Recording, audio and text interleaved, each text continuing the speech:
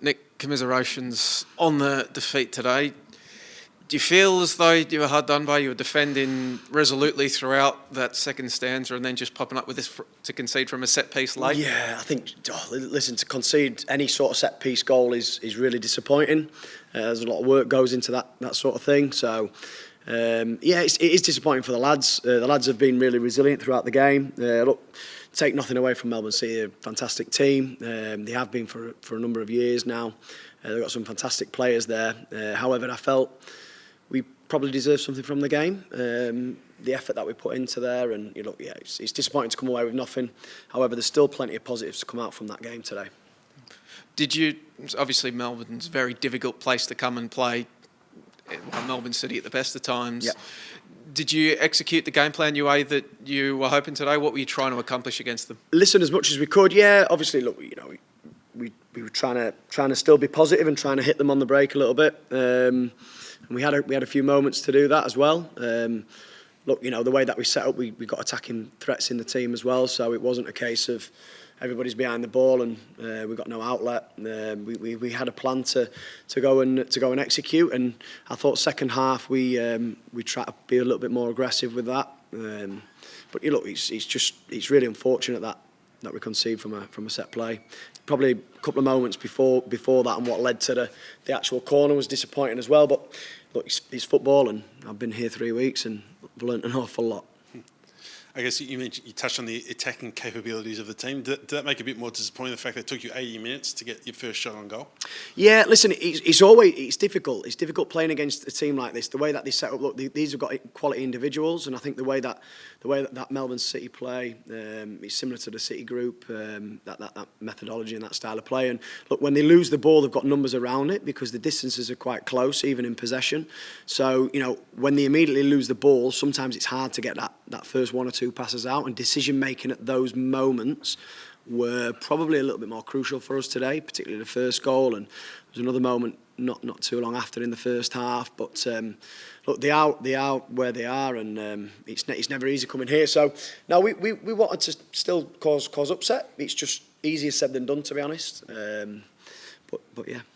And you came very close to pinching a point. The strike from the second minute of stoppage time from Luznic, almost. How did you sort of see that? What were you thinking when that went sort of? I think like the effort that we've put into the game today. I don't think. Look, as good as City are, they never really got down the sides and looked to put too many crosses in and test our sort of back four in behind. If I'm honest, a lot of it was in front. We tried to stop them penetrative passes through us as well, which I thought we did really well on the whole. But yeah, just for it to go that way was obviously disappointing.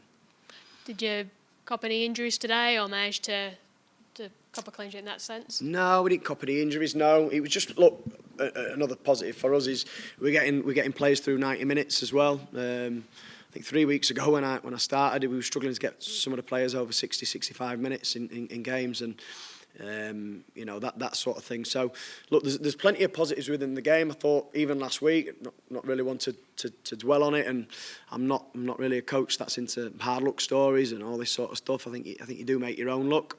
We sat here with no points from the last two games, and that's fact. However, we should have a lot more return from the last two games as well. Nick, you're mentioning that you only came in 3 weeks ago. I mean, you are a fresh set of eyes on this club that isn't having the type of season they would want to be having. Yeah. What have you noticed about what Raw needs to improve on? I know it's very difficult, you don't have a pre-season to do it, but what are the areas you think this side needs to improve on so they start taking things from games like this? Yeah, I think, look, I can only control what I can control, and, that really is the training ground and what we do and how we prepare the boys and the environment that we create. And there's been an awful lot of positivity around it. The intensity is up now in the sessions, and again we're preparing the lads to obviously take the field obviously on a weekend, and there's been so much to take from that. We have seen, look, we all want results, and that's why we're here. However, to get those results, there has to be an attainment of performance, and we are striving to achieve that, and I think we're getting somewhere close. The fact that we sat here, obviously disappointed again that we've not come away with anything, and last week really disappointed that we've not come away with a win, tells you how far we've sort of come in 3 weeks.